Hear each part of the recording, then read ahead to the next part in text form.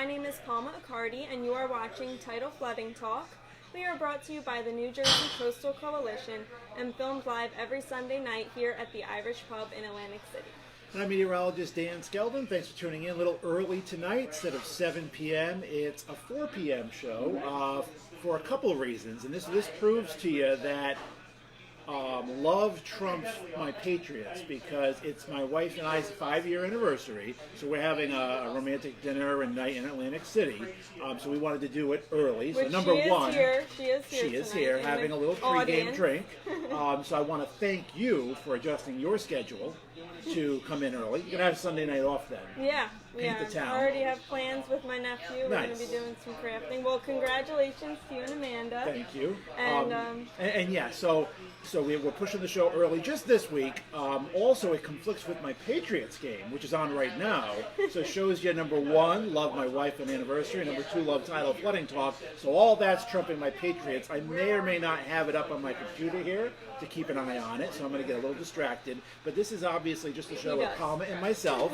So we're going to have you guys ask questions, or just do a little bit of weather talk as far as where we are, what's coming up for this season. You guys can jump in at any time. Football talk and non-weather related talk is always good as well.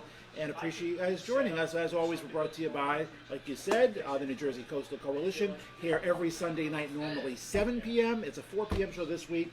Next week, I'm in Florida. And then the following weeks, we got a couple of great guests we're back lined on up. schedule, That's right. 7 p.m.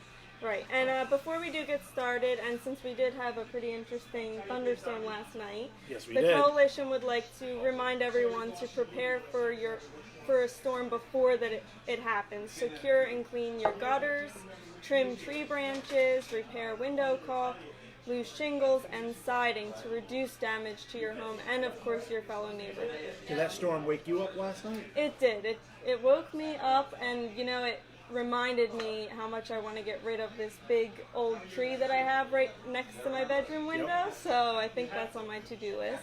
Yeah, I mean, it was a pretty loud storm for late September. You can get strong to severe thunderstorms in September and October. They're not as common, but you can get them. And we're going to get some hot weather. I mean, this week is going to be such a roller coaster week of temperatures. It's going to be like 72 tomorrow, 92 on Wednesday, maybe some more strong, loud thunderstorms on Thursday, and then by Friday and Saturday, highs are going to be somewhere in the 60s. So it is it starts cool, it gets really hot, and then it gets really cool as we go through the weekend. Yeah, I feel like every day I'm either turning off my air conditioning and, opening the windows, or I'm closing the windows and turning the AC back on.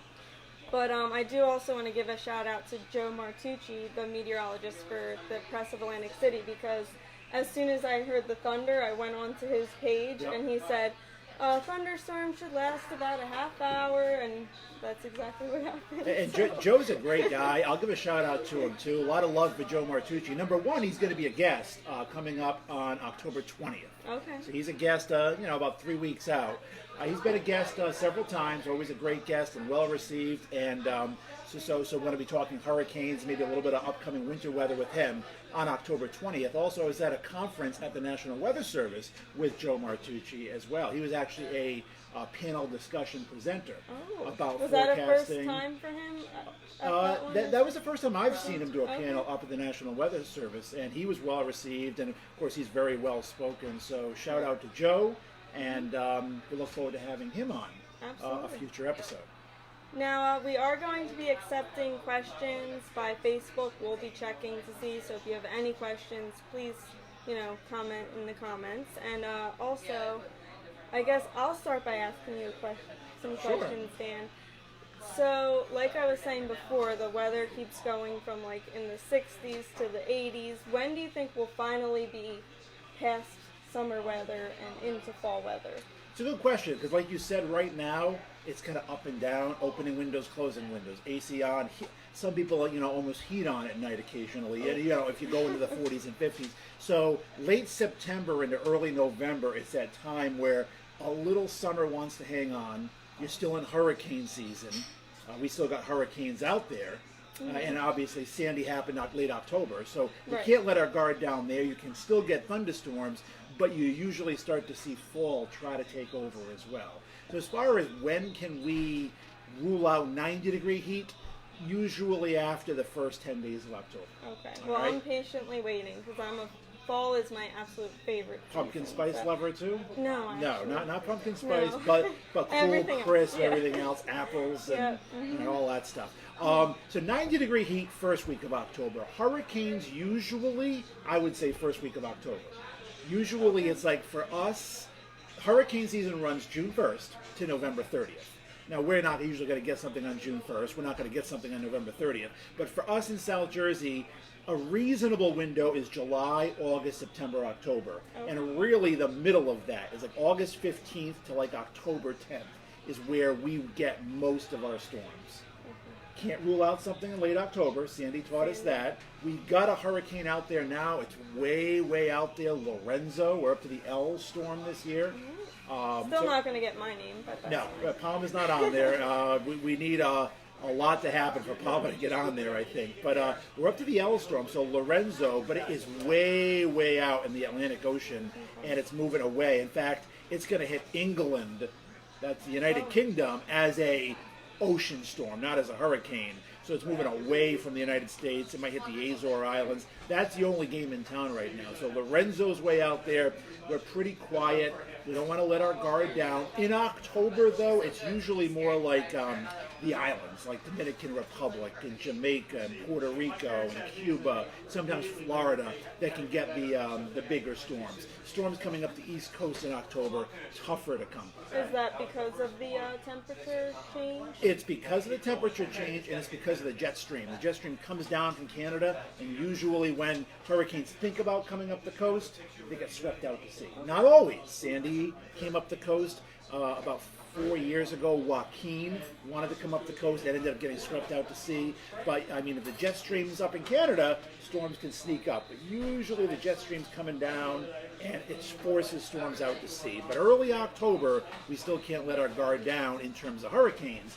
It's also the time where we start to think of nor'easters. Right. You Now, know, when should that be? When should we really be on the lookout for nor'easter season?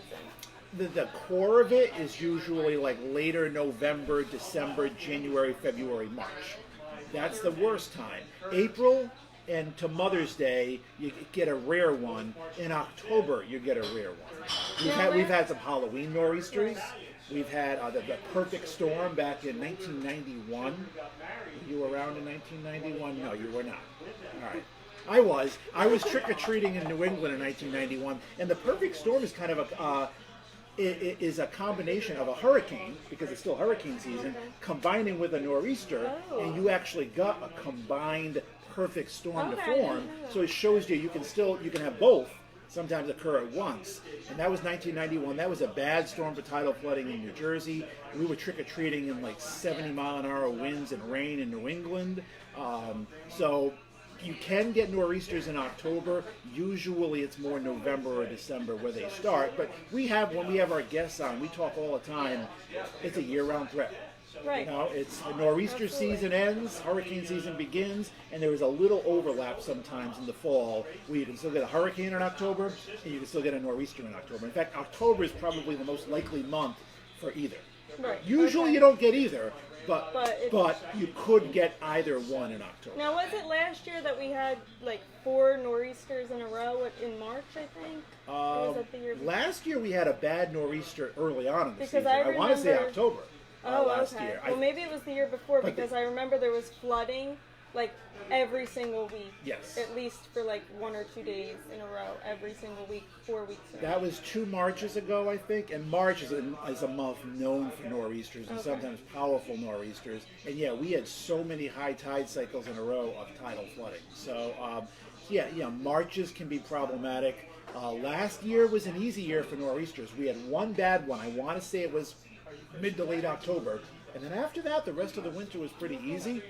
This year, the early look is for a more active winter and probably more nor'easters. Kristen Kaiser on Facebook asked, what is your outlook for the winter? And also, Dan, your Patriots are up 16-10 against Buffalo. Okay. So she has a question and an answer for you. All right. It's a close game right now, I know. And in the Irish pub, they do have a split screen over there. And We're gonna have to get our tech person to move. They do. The lights are in the way so of the you could TV. watch. But I guess I should keep focused on what I'm supposed to be doing. So I think That's a good he idea. blocked the light on purpose right there. But Methodical. it is very, very close game. And it was supposed to be. I predicted 21-20 Patriots. It's 16-10 Patriots. So it's a low-scoring close game. Eagles already won. They won on Thursday night. They look pretty good. Beat Green Bay. So the bar is kind of quiet. No Eagles fans here. Not many Patriots fans here. There's some TFT fans here, some Tidal Flooding There Talk are. fans. And my wife is, I think, both a Tidal Flooding Talk fan and probably the only Dolphins fan, I want to say, in the bar, too. I think they're probably losing. That's probably a safe bet. It's your anniversary. But they are probably losing. Actually, she's one of the most realistic Dolphins fans. She says, you know what? They're supposed to lose every game this year because they got rid of everybody. She has zero expectations for her team. She's so still very loyal, but realistic. she She's understands. loyal. Okay. Kenzie was dressed in a Dolphins onesie last weekend, so she's trying to, tell Kenzie, hey, it's not whether you win or lose, it's whether you support the team. So she's very good with that. But yeah. I lost my train of thought as far as The where winter. I was. What the is winter, the winter that's going right. to be like? We haven't come up with a winter forecast yet because a lot of what happens this winter depends on what happens in October, November. What the ocean temperature does. If the ocean stays warm, it's one type of winter as far as what type of storms come up the coast. If the ocean gets cold quickly, it's another type of winter. So, some people issue winter forecasts in August or September. I usually They're wait. wrong. They're not wrong. It's just more can change. The earlier you try to predict the whole season, Right. the more can go wrong. And obviously, I can even issue a winter forecast on the first day of winter, and it can still be completely wrong. Because we get tomorrow's weather wrong. I didn't think last night's thunderstorms were going to be as loud as they were and as strong as they were. I had a shower or thunderstorm in the forecast, but not nearly as loud as what we had. So, long-range forecasts, everyone wants to know what the winter's going to be, what the summer's going to be, what the hurricane season's going to be, but it's tough to forecast. So I will say that I do think it's going to be a busy coastal storm winter. But whether they bring all rain, all snow, or major winter storm after major winter storm, whether it's all rainstorms and tidal flooding, whether it's a mix of the two, that I don't know. But I think it's going to be a busier winter this year compared to last year. Okay. That is the early prediction, what we're looking at. Well, I do have some advice tonight because I do work in a building department. So I do remember last year a lot of the homes were not winter ready. A lot of pipes burst, this and that. So I would say make sure that your home is ready for the winter, especially if you're not going to be there. That's a big problem with seasonal homes and cold. You're absolutely right. I lived in Ocean City for years, and walking my dogs, you hear water running from pipes that burst because you leave your outdoor water on, thinking, it's not going to get cold, or there's no cold weather in the forecast. And we talk about flooding and storms and that, but pipes bursting and winterizing, you're absolutely right.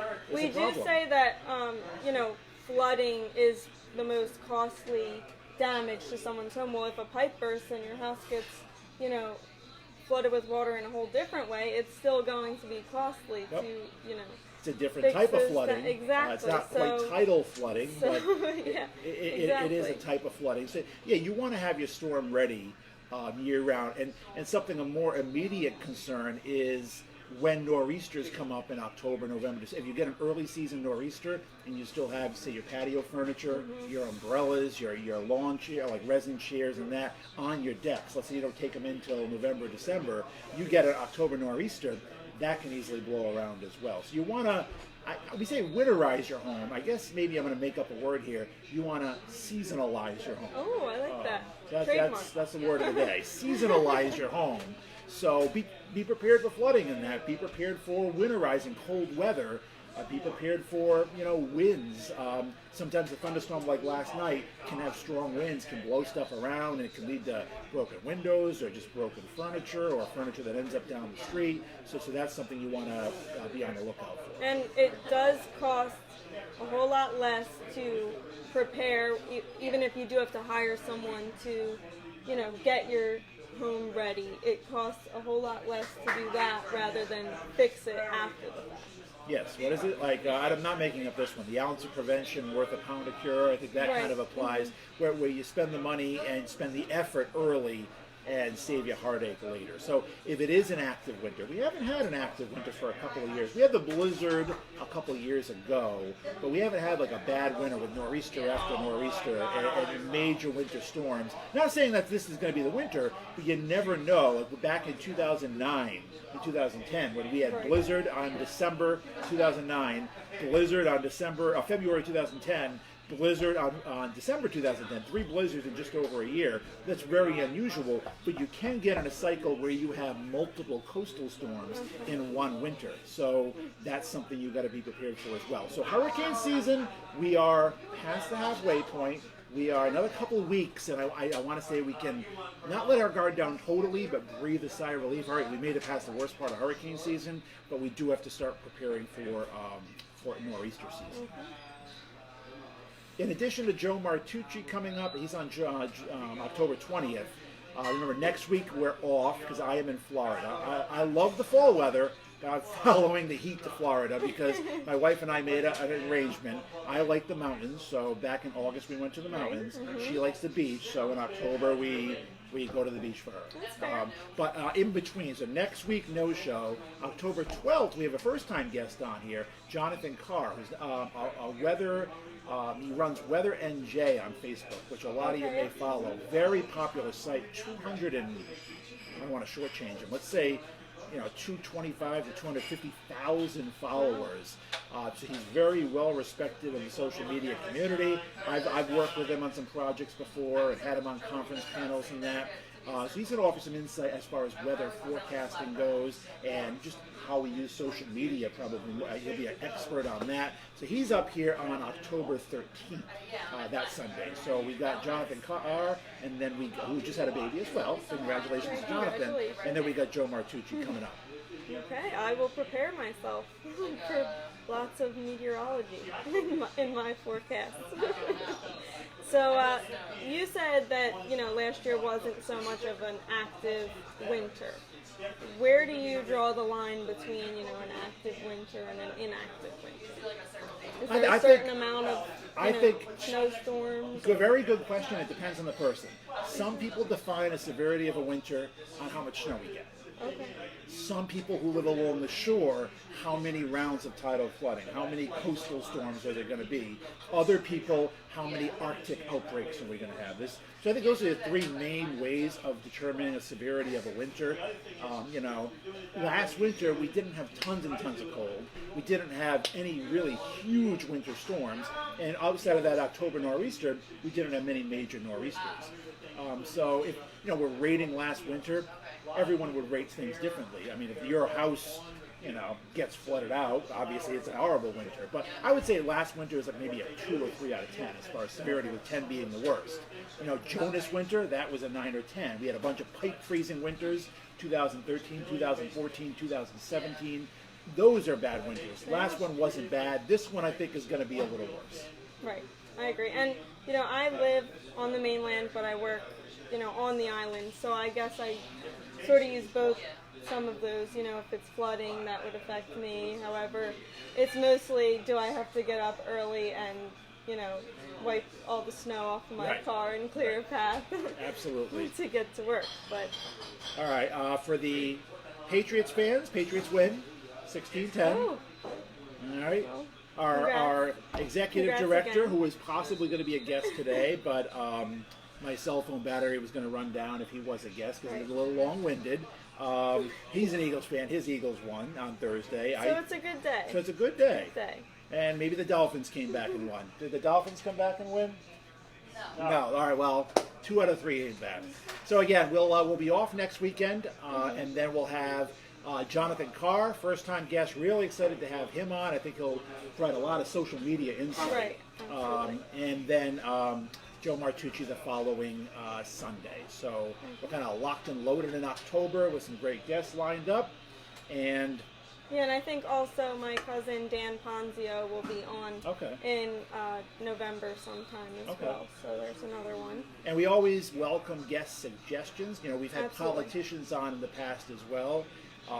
We welcome politicians from both parties. We're very nonpartisan, unlike a lot of people that nowadays. We welcome guests because what we talk about on the show affects everybody. It affects every island. It affects every political party. It affects every football fan base. It doesn't discriminate. So you can always come down to the Irish Pub. It's normally 7 o'clock on Sunday nights. This is a rare 4 o'clock episode. We will rearrange the time, I guess, based on 5-year wedding anniversaries. Availability of the Irish Pub or Eagles football games. Yep. Eagles or Patriots. Eagles Sometimes football. Patriots. Occasionally. If the Eagles are playing the Patriots, which I think they are in November, maybe then as well. That's a national holiday. Yeah. Yes. So welcome. I appreciate all you guys logging on. New Jersey Coastal Coalition is proud sponsors along with the Irish Pub of Tidal Flooding Talk. You're out and about in Atlantic City tonight. Stop on by. Amanda and I will be out and about in Atlantic City, which I don't get to say too often, and celebrating our 5th wedding anniversary. Both get the day off from work tomorrow. And I want to thank our director, Tom Quirk, for allowing the time shift as well. Yeah, thank you again for watching, and we'll see you the week after the next. Yes, I'll do probably something maybe quick from Florida, and then we'll welcome back Jonathan Carr. We'll welcome to the show Jonathan Carr from Weather and Jay on Sunday, October 13th. Which we do have a viewer, Liz, said that Jonathan Carr, she's seen him give presentations, and he'll be an excellent guest. Yeah, he's really knowledgeable and a great resource. And like I said, we always like having the return guests on. I mean, Jim Absolutely. Everwine, Joe Martucci, Tom Heist, Dan Ponzio. Yeah. Our return guests are great, and they're welcome back because they make an impact, and they're just great interviews. But we love having first-time guests on as well. So you can always type in a recommendation as far as someone you'd like to see on the show, and we'll extend the invitation. Liz Toller, thanks for the anniversary wishes. Kristen, you as well. Appreciate the 5 years. It goes by very, very fast. We actually, last point, got married outside in September. There was a lot of meteorologists at the wedding, so if it was raining, we'd be in big trouble. I'd be in really big trouble with Amanda. And it rained every Saturday in September until the very last one. Day of our wedding wasn't a cloud in the sky. It was 80 degrees. It was Very sunny. nice. Good It was job. a perfect day. Now, my mother-in-law said it was too sunny. Oh my. It was too bright outside, but we thought it was a perfect day. Beggars can't be choosers, That's right. you know. Highland HG. Nice to have you on as well if you're watching. All right, we'll see you back here next 2 Sundays from now. Have a good day. Good night.